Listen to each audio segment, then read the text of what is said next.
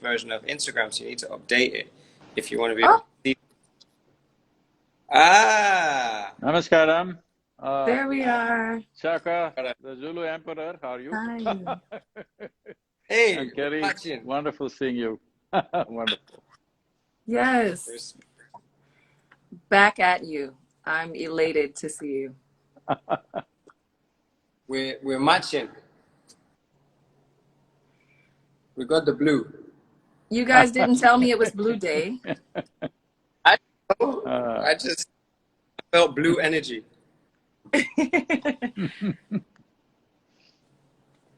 Nice. Wonderful to be talking to both of you, Kerry, yourself, and Chaka. Well, you've heard of the Zulu Emperor. Let's see what this Chaka will do now. He'll make a fruit cake out of me, that's what I heard.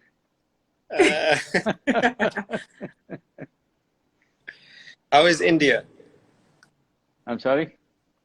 I said, how is it in India right now? You're Oh, over there. everything is good, it's just a little bit of virus is once again a little bit on the rise. But everything is active, everything is on. So traveling, at least I'm not getting into airplanes, I'm riding motorcycles to travel wherever I want, so I'm keeping social distancing, being faster than everybody else, that's all.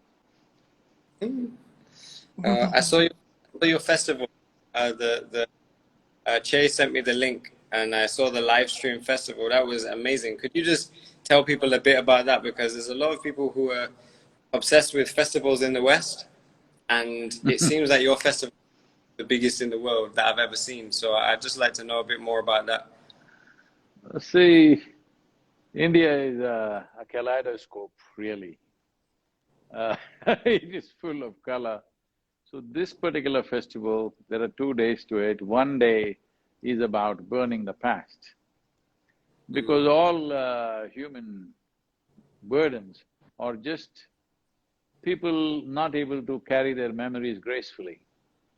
Whatever our experiences of life, whatever we've been exposed to, whatever we've seen, heard, experienced, these are our memories. These memories, if you do not know how to carry within you, these memories can become sometimes very beautiful, sometimes extremely ugly, but all the human suffering on the planet is always about what happened yesterday, 5 years ago, 10 years ago, 20 years ago. What happened 10 years ago if you're still suffering? It simply means you're suffering your memory, you're not suffering life. In fact, most human beings are only suffering life.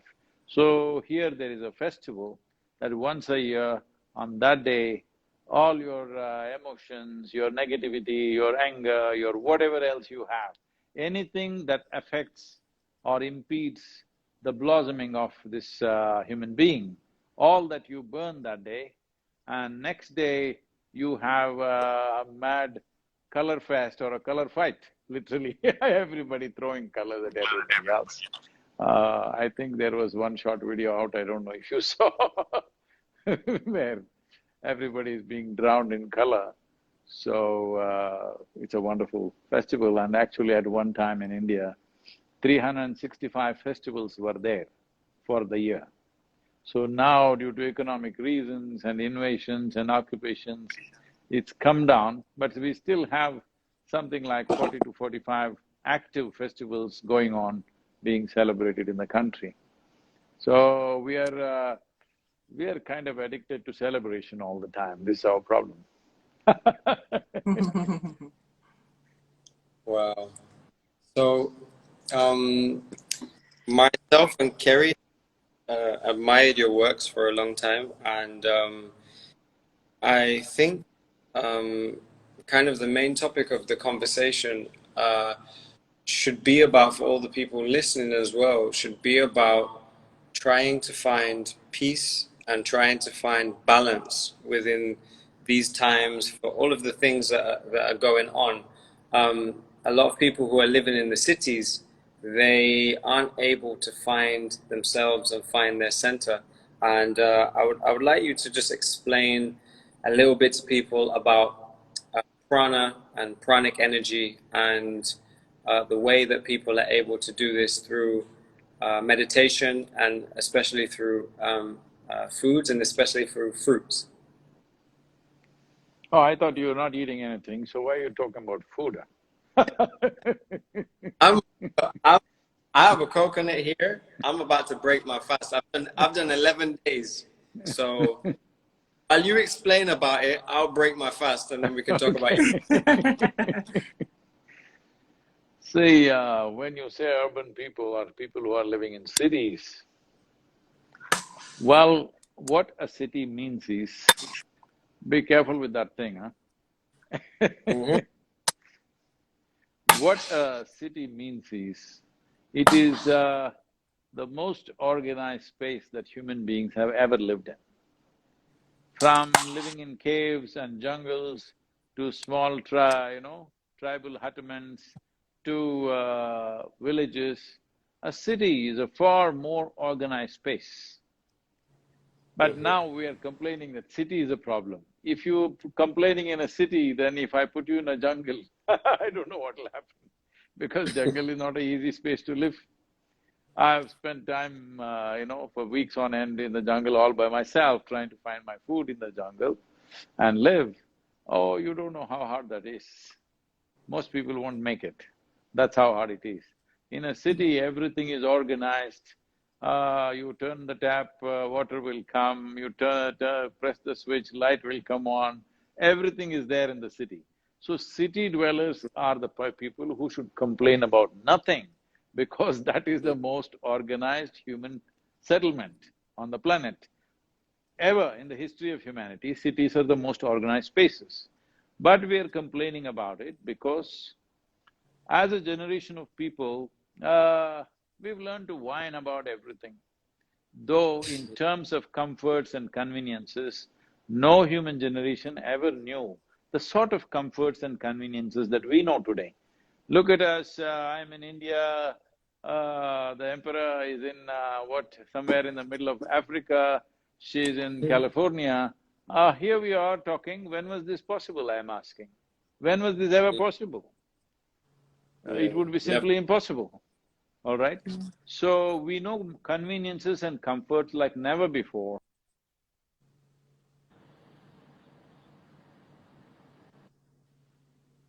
Don't.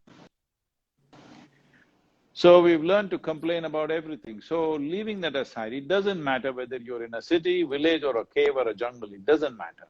The important thing is, we're talking about what happens within the human being. What happens within the human being is never determined by what's happening around us, but unfortunately we link it to what's happening around us. What happens within us means all human experience happens within us. Pain and pleasure happens within us, joy and misery happens within us, agony and ecstasy happens within us. Anything that ever happens to us happens within us, or in other words, all human experience can only happen within us. So what is happening in the world? Well, it'll never happen 100% the way I want it or you want it, because there are too many forces involved. To some extent it'll happen our way, rest will happen in its own way. But what happens within me must happen my way. If what happens within me does not happen my way, I'm a lost case, because what is within me, if it doesn't happen my way, what does it mean? This is definitely a lost case, there's no life here, there's just drama. Life will not happen. If life needs to happen, my thought, my emotion, my body, my chemistry must happen the way I want. When it happens the way I want, then in the world we will try to do something, depending upon the times in which we live. Today we are in 21st century, we are on Instagram Live. If we were here in 10th century, we would be doing something else. If we were in 1st century, we would be doing something else. If we were in BCE, we would be doing something else, all right? So depending on the times, action will be allowed to the extent it is allowed. We should not imagine that what we are doing is all ours. No. These generations of people have lived and brought it to this place that today, 21st century means we've been empowered to a certain level, things that people would not even believe possible just 50 years ago. Today we are able to do. 50 years ago, if we said three people from three different continents are going to talk to each other, they would laugh. They would think it's a joke, isn't it? So I'm saying what we are doing is a consequence of the times in which we exist. Do not mistake that for all being ours. This is not ours. This is generations of people. Hundreds of generations of people have worked to make the time possible as it is. But what is happening within you and me is entirely our business. That business, without taking care of what is happening within me, when you try to fix the world, then you will see you will become a total mess. This is what is happening. Because people are growing their aspirations, people are growing their desires and ambitions, but they are not enhancing themselves. If you enhance yourself, depending upon the times, you will be in the best of situations because you will function depending on what the times allow. So the most important thing that human beings to do is to enhance the life that you are, not just educating yourself, enhancing the life. Well, you use the word prana. I thought I won't get technical like that, but now that you've used it already, well, if your life energies are heightened to a certain level, you will naturally function effortlessly in the world. You don't have to strive hard, everything will come to you like play. So right now, successful people on the planet are more miserable than the not-so-successful people, because you see successful people are all going around with tension-ridden faces all over the place. They're suffering success. Though success is the sweetest thing in human life, anything that we do, we want it to succeed, small or big. The purpose of action is success, but we are suffering it like anything. Successful people are full of stress and tension. If you are not so successful, once you come to terms with it, if you come to terms with your failure, you can walk on the beach and enjoy yourself. But successful people can't sit in one place. So generally, urban dwellers are those people, in some way they have attained to some success, but their success is such that aspirations are bigger than their competence, so they suffer all the time. No, you don't bother about aspirations and ambitions. Make this life into a phenomenal blossoming. Then, depending on what the times allow, you will do the best that you can do. Right now in 21st century, you cannot do what you may do in 22nd century, all right? You cannot. You can push the 21st century a little bit. Wow. I get that. And hopefully everybody who is sitting at home gets that and has taken that in, because there's a lot of people right now who… Oh, yes. Media, and you see people…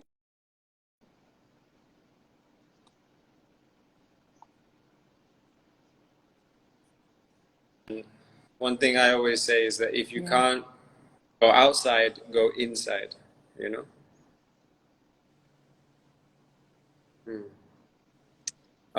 So I would like to understand more about cleansing 5 elements, if possible. For those who are not, looking at life this way, everything that is here on this planet or further, but let's stick to the planet, is happening because of 5 fundamental elements, which we refer to as earth, water, air, fire and space. These are the 5 elements which makes everything. All life, animate and inanimate, everything is made from this, including ourselves. How these things function within us, accordingly our life will be. One of the… all of you definitely heard the word yoga, but probably Kerry, in California, yoga means, physical postures, twisting, turning, Lululemon pants, and all the fashions around that. But the word Tiffany's yoga… Tiffany is in LA. I'm in Atlanta, but same. Oh, I'm so sorry. Atlanta, is it? in Ghana. Okay. So the word yoga literally means union. That means an experience which will allow you to know the existence as a part of yourself, because the word yoga means union. That is, if you sit here, to put it in very simple rudimentary ways, see, as we sit here, all of us are breathing. We are breathing means we are connected with life around us. Right now, what you exhale, the trees around you are inhaling, what they exhale, you are inhaling. This life is very connected. Actually, one part of your breathing apparatus is hanging out there on the tree. But people don't experience this because they are too invested in their own psychological function. Their thought and emotion has made them completely separate from life. Though they cannot live here for 2 minutes without breathing, they cannot live here for 11 days without drinking water. Did I get the days right? Yeah. So food, water, everything that we consume, in some way, yoga is happening. Constantly intermingling of life is happening. But in our minds and emotions, we think we are a separate life. So the basis of all human suffering is this. So cleansing of the elements means that elements can either become dense or subtle. The fundamental aspect of yoga is called as bhuta shuddhi or cleansing of the elements. As you cleanse the elements, slowly you have more and more mastery over the elements. If you have even a little bit of mastery over these 5 elements, then you will see your health, your well-being, your success in the world, everything is like a play. You don't have to really work hard for those things because hard work is not for human beings. A joyful, ecstatic way of functioning is what a human being is capable of, because on this planet, in terms of evolutionary scale, we are on top of the world. But most human beings don't look like they're on top of the world, they look like they're at the bottom. They're pretending like, they're acting like they are a worm or an insect constantly being crushed by something. But actually, in terms of evolutionary scale, we are on the top of the world, but that experience is not happening simply because we are misunderstanding our psychological activity as life. We are misunderstanding what happens in our thought and emotion as reality. Reality is here, nothing is biting you right now, but your own thoughts and emotions can eat you up from inside. So essentially, this lack of control over various faculties is because there is no purification of the 5 elements. If you purify these 5 elements, everything will be in its place. Thought, emotion, body, the life that you are, all of it, what you accumulate and what you essentially are as a life, there will be a clear space between these things. When I say what you accumulate, see, what I call as my body is an accumulation. We were not born like this. We came like this, but now we've become like this because we accumulated the food that we have eaten. So what we call as our mind is accumulation of impressions that we have from the world around us through the 5 senses. So everything that you know as yourself right now is an accumulation. But does it make sense to you? What you accumulate can be yours, but can never ever be you, isn't it? Mm. You can say, this phone is my phone. If you say, I'm the phone, then we know there is a serious problem with you. So, right now, that's what has happened. This is… like today, food appears on our plate. I hope it appears for Chaka also today. And food appears on the plate and you say, this is my food. You eat it and then you say, this is me. So the distinction between what is me and what is mine has been lost. From that loss has happened because we have done nothing about the elements. If the elements are not tended to, they tend to become dense. As they become more dense, your ability to experience life as it is. I heard Kerry saying clarity. Clarity is not just of thought and emotion. If you have clarity, you must be able to every moment clearly see what's your breath, what is your body, what is you. Once there is a distance between what is you and what you have accumulated in the form of body and what you have accumulated in the form of the mind, this is the end of suffering. Because there are only 2 kinds of suffering, physical suffering and mental suffering, there is simply no other form of suffering. So once there is a little distance between you and your body, between you and your mind, that is the end of suffering. For this to happen, a little bit of cleansing of the elements is needed. If we take a little bit of care about these 5 elements, you will see within a few weeks, they'll do miracles to you. And it is a miracle, can you…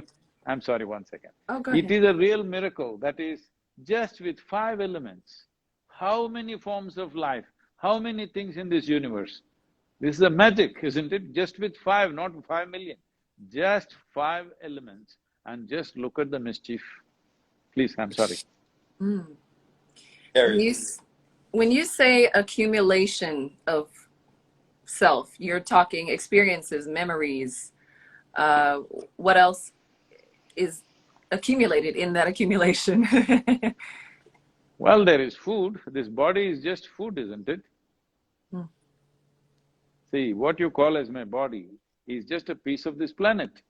The soil that you walk upon and the body that you carry are not very different. It's the same thing. Most people don't get this till you bury them. One day when you bury them, they understand, yes, I am the soil. But even when you're walking upon the planet, you and me are just soil, isn't it? It's the same material. It's the water. Two-thirds of it is water, with chaka maybe it's 90% right now. I'm just poking at you so that you don't faint on me. I won't. That coconut gave me more energy than Your I've audio had is for… not clear. Oh, sorry. What's I that? said I Your just audio is drank not… I just drank coconut, and the coconut gave me more energy than I had for a few days. Good. I get you. We Electrolytes. are also in the land of coconut, you know that. Southern India is full of coconut. And the land of mangoes. Yes, unfortunately, just before the mangoes ripen in my trees, I am leaving for United States. I have a question. Yes, please. What? We got Tiffany? Were you about to speak, Chaka? No, go ahead. I'm not Please, sure you where can she ask is. your question. Yeah, go for it. Oh, okay. I thought you said like I needed to stop. Okay. My question is this. In my friend circles, there are a lot of us experiencing what we've coined synchronicities or God's winks, or because I know that there are I don't believe in coincidence. I believe in confirmation. But a lot of us are seeing like repeating numbers, 222, 1111, 333, 444, 1010, 1212, at many, it's not just me, it's like a whole community of people that I know are all like greatly aware of this secret, I guess, phenomenon amongst us. So we're just curious, like, is this, because they'll talk to others who they see that there are others, experiencing this as well. And it's only been maybe a few years. A lot of them have heightened over the past year. Would you say, because the only way that I can even surmise what's happening is to call it some sort of awakening, or some sort of, because maybe it has always happened. I don't think for me it always has, but we're just noticing these synchronicities, and it's beyond just the numbers. It's certain sightings and visits, or it's just kind of magical. It's a magical time, and following this is also great harvests, great manifestations of dreams, desires, opportunities. So I'm just kind of lumping that in because I know we don't have a whole lot of time with you, but what would you say, what would you attribute this experience to? Because I know so many people that are having this experience right now. See, numbers and number systems have been invented by human beings, all right? We made up the numbers. Because we have 10 fingers, we made 10 an important number, and the 0 came from India, you know that. The 0 was invented in India, and the number system evolved out of that. So we say, in India we say, we see that zero is the only true number because that always exists. Rest we made up. 1, 2, 3, 4 made up by us. Zero has always been there. It's the natural existence, there is a zero. There are many, many things which are zero. But 1, 2, 3, 4 we make it up. How far can we count? It depends, you know. A child will think 10 means it's like a big number in a child's mind. Well, now you can say a million or a billion, now these days everybody's saying a zillion. I don't think most people understand what's a zillion, but people keep using it. So about coincidence of numbers, one aspect, I'll just cover it in two different ways. One aspect is there are only 9 digits. So repetition is very obvious because there are, 7 billion people and there are only 9 digits. How many times will it repeat itself? Naturally, it will repeat itself many, many times. But at the same time, if there are two people close to each other, let's say there are two people who love each other. Now, it may so happen, at a given moment, if one person is thinking of a certain thought, the other person is also thinking of the same thought. If one person is picking a number which is 3, the other person is also picking number 3 because certain cohesiveness can easily happen with life. Not only with human beings, it can even happen with other creatures, it can happen with trees, it can happen with other animals. Among trees and animals also this is very much there, much more than human beings. It is very little among human beings because there is too much of intellectual thought in the human being. In the other animals, there is not so much thought, so their synchronicity is way better than that of human beings because they experience life chemically or by smell. So because of that, there is a much more cohesive synchronicity among other creatures. For example, trees. See, here in India, where we are, our backyard is 10,000 square miles of forest. So, wild elephants, if a group of wild elephants come and start grazing on a particular species of trees, within 20 minutes, all the other trees in that region belonging to that species, their leaf will go bitter and they'll turn mildly poisonous. Because they've communicated, we are being eaten up, you do something, Sad- they will all turn bitter. So the Sadhguru, elephants know about it. I'm just gonna bring Tiff and you can continue. Thank you. She's here.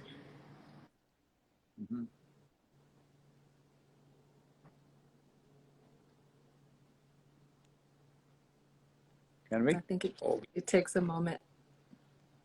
okay. So because the elephants know about it, they will graze quickly in one place and then they will not even bother to graze the next tree and the next tree because they know they would have turned bitter. And they will go far away and again start eating. So, even among trees, there is such synchronicity. If human beings hit a pitch among themselves, good for them, but don't give too much significance to it because then you will start imagining a whole lot of things which are unnecessary. But is there synchronicity?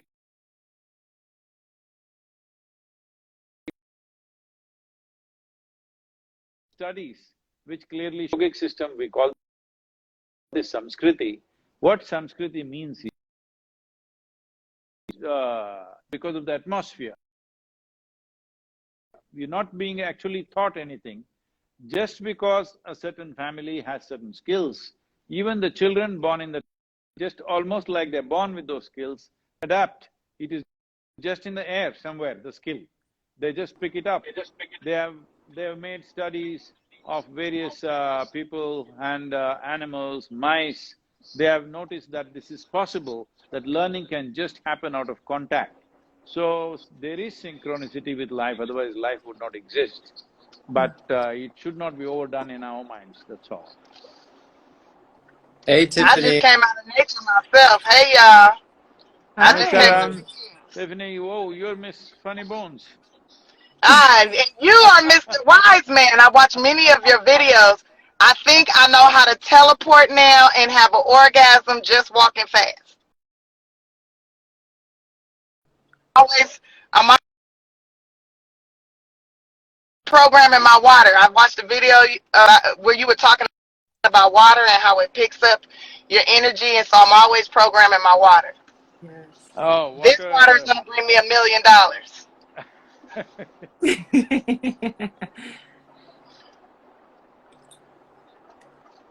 Oh, Hey, well, Kerry, I think we. Hi, Tiffany. how you been, girl? I've been amazing, beautiful. I'm so um, proud of you.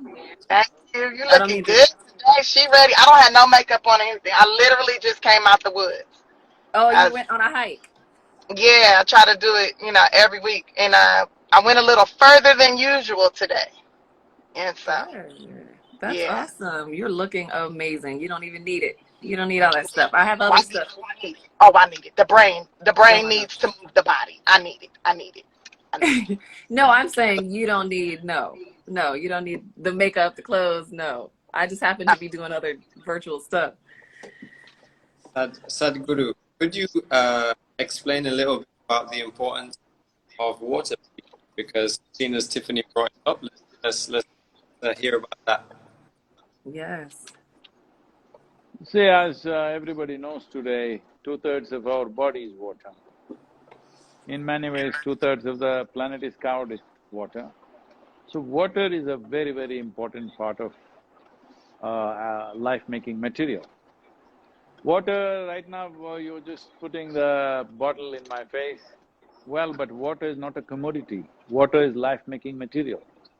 I think Mm. modern societies have forgotten this and they're treating water as a commodity. There is a whole lot of studies which have gone into it, but let me tell you from a traditional perspective. Here we clearly see that water is capable of recognizing who you are, how you are. And water has memory and has an intelligent response to how you treat it, accordingly it'll respond. This is well established in the yogic system, but today in the scientific laboratories also this has been established. Some of them have gone to the extent of saying water is like liquid computer. It has memory and it responds in intelligent ways. So how we treat water is very carefully done here in this part of the world. Well, we… see, for example, if water goes through, like right now people are drinking from the taps, especially in United States, they're just drinking from the spouts coming out directly. This water is being pumped from a public, waterworks. If it goes through, let's say, 50 to 100 bends and forcefully and comes, the… by the time you catch it in your tumbler or straight into your mouth, it is nearly poisonous. Molecular structure of the water has changed to such a point, it is actually poisonous for you to consume that. Apart from that, of course, they've already added poison in the form of chlorine or whatever else. Well, those who can afford are drinking from the bottles, but most people are still drinking from the tap. So, if you take this water and keep it aside for a period of time, let's say 3 to 4 hours, once again the molecular structure undoes itself. So, we have this system in India. If we want to drink water, we always take a copper vessel and filter the water and put it into that. And there are certain… we have what is called as jivarasam. Jivarasam means… literally means we treat water as the juice of life. It is a fundamental element which makes life happen. If we take all the water out of this body, we will become just 1/3 of what we are and just become like dust.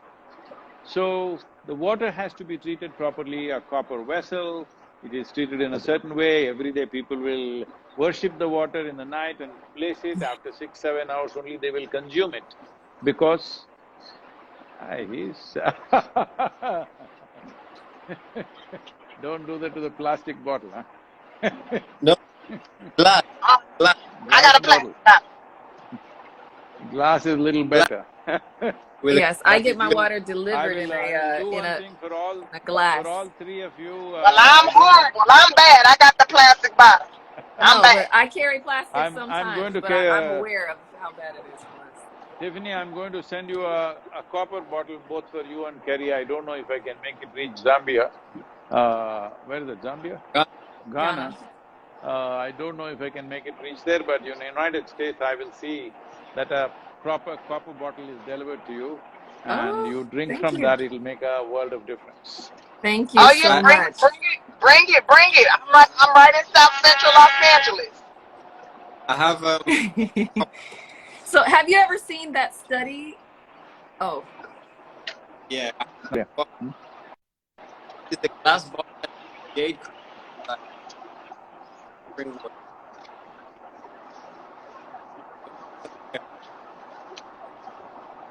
Chaka, we can't hear you. You can't hear me? It's going in and out. We're hearing certain words, at least on my end. Can you hear Same me? here.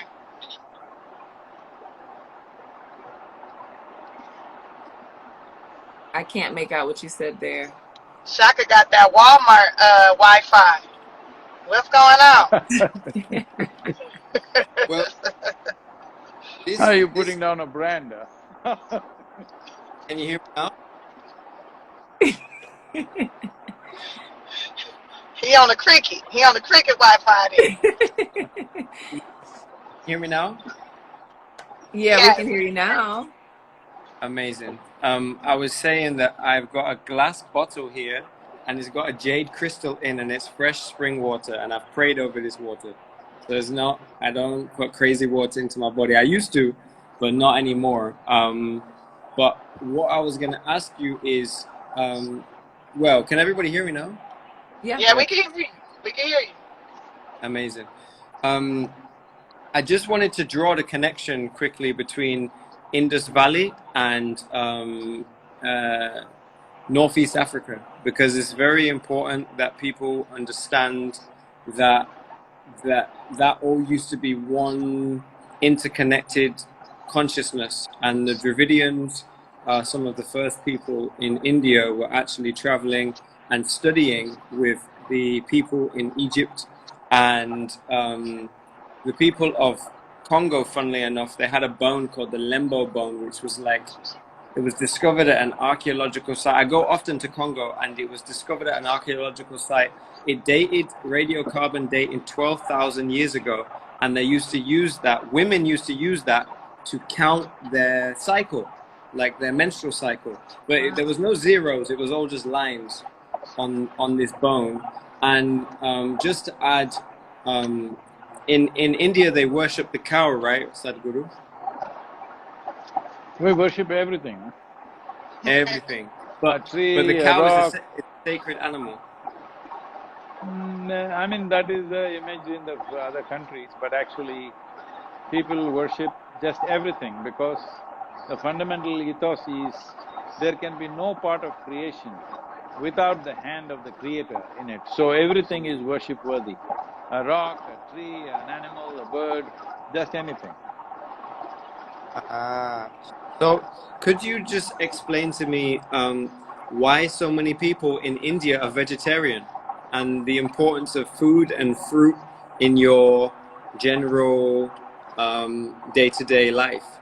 We're just sensible people, Refrigeration. huh? I'm just playing. I think there was a lot more vegetarians before there was refrigerators. That's just my opinion. But go ahead, take it away, sir. Right now, approximately 38% of India's population are pure vegetarians by, traditionally it's like that. Wow. Let's say about 50 years ago, nearly 60% were vegetarians, but Western educated doctors have been telling people, if you don't eat meat, you won't get nourishment, you have to eat some meat. So, because of that, some meat has come in, but still in India, meat eating is not like how it's in the West.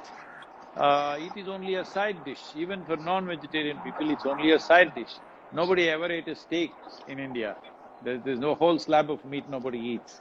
It is just eaten as a side dish that way. But why vegetarianism is, see, if overall development of the human being is important, when people live for survival, one reason why India went vegetarian is because you mentioned Indus Valley, Northeast Africa, Ethiopia, Egypt and all this, because they very directly connected these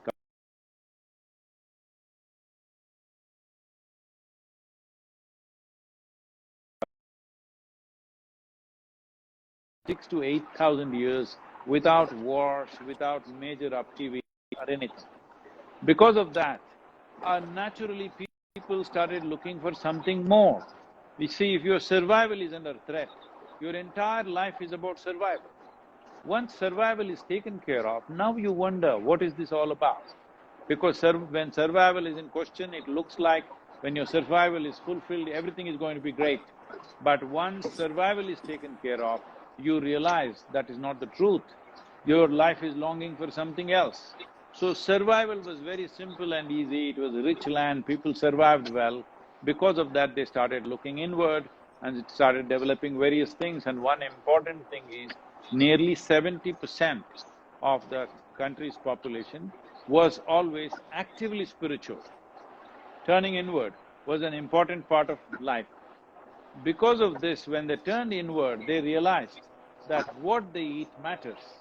If you just want to be all beefy brawn, then you can eat lot of meat and just grow muscles and fight with each other. But if you're looking at how to become sensitive to life, how to become perceptive, how to be able to perceive things beyond what is considered normal perception, then what you put into the system becomes very important. So what is it that passes through the system with least amount of resistance, with least amount of struggle in the body? So to put this into perspective, let me put it this way. See, if you eat raw meat, for example, in the human system, compared to carnivorous animals, in all the carnivorous animals, the length of the alimentary canal is only 3 times the length of its body approximately. In all the herbivores, the length of the alimentary canal is 5 to 6 times the length of the body. So in a human being, it could be anywhere between 24 to 28 or 30 feet, which is nearly 5 to 6 times the length of our body. In this kind of alimentary canal, if you put meat, it will travel through this very, very slowly. Approximately, raw meat would take 70 to 72 hours to pass through the system. If you put cooked meat, it will take 50 to 52 hours to pass through the system. If you put cooked vegetable meals, it will take anywhere between 24 to 30 hours to pass through the system. If you put raw vegetables into the system, it will take 12 to 15 hours to pass through the system. If you put fruit into the system, it will take 1.5 to 3 hours to pass through the system. So, we started recognizing what is that food which happens in the body with least amount of residue, least amount of impurities, and passes through the system very quickly, because in yoga, this is an important thing, we all manage this even now. If we eat anything, within 2.5 hours, we must be hungry, our stomach must be empty. But we won't eat. Stomach is empty, but we are energetic, so we don't eat. So generally, here in the yoga center, everybody does only 2 meals. One 10 in the morning, 7 in the evening, that's it. I do only 1 meal most of the days. If I'm traveling, I may do something else a little bit, but otherwise generally if I'm home, I do only 1 meal. So Is this that is in the more morning than… or the evening? I'm just curious. For you, that one meal. Generally for me, it is 4:35 in the evening. It'll keep me going the entire 24 hours. In case there is a lot of physical activity, it's not like a rule, it is just that is the need. So suppose there is a lot of physical activity on a certain day, then you may eat a small breakfast or you may eat a fruit or something like that. So food is not to be made into a philosophy or a kind of a religious process. Food is the requirement of the body. If we watch the body with what sort of food, the body is most happy, body is most at ease. You will naturally notice vegetarian or plant-based food, body is most comfortable and is at ease. It is flexible, it is at ease, it has less to process on a daily basis.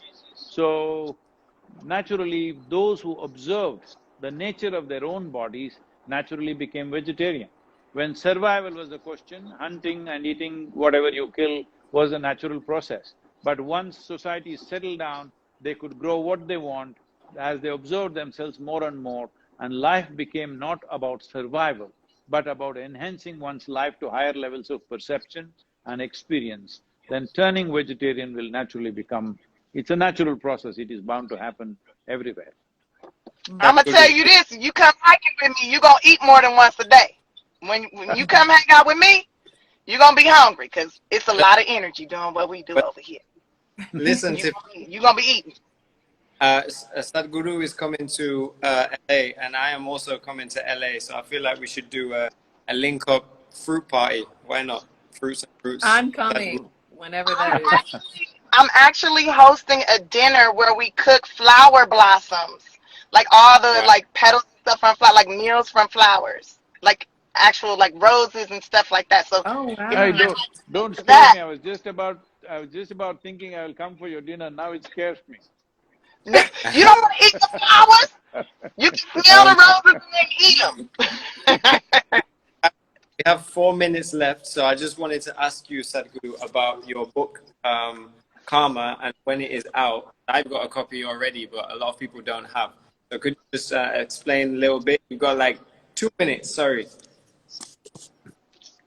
So the word karma today has become part of the English lexicon, but it's the most misunderstood word. People have made it into some kind of fatalism.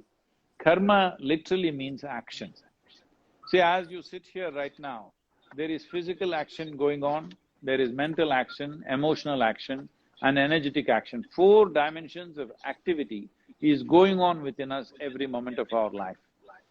So, if you look at it from the time you woke up today morning to this moment, how much of these 4 dimensions of activity have you conducted consciously? If you look at it in 24 hours' time, not even 1% is conscious. So when 99% of our activity is unconscious, naturally it looks like that life is being done to us from somewhere else. So if you understand this is your activity, everything that's happening in your body, your mind, your emotion and your energies is essentially your activity.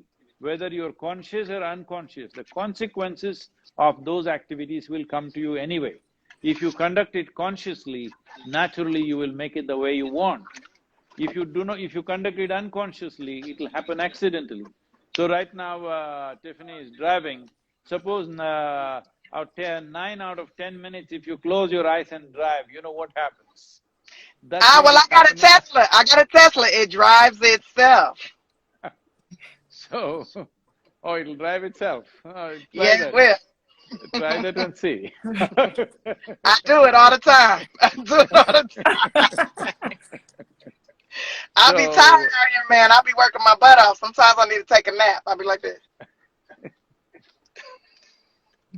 Don't tell nobody. essentially people are living their lives like this 99% of the time. They are driving themselves unconsciously and then wondering why they're hitting so many things.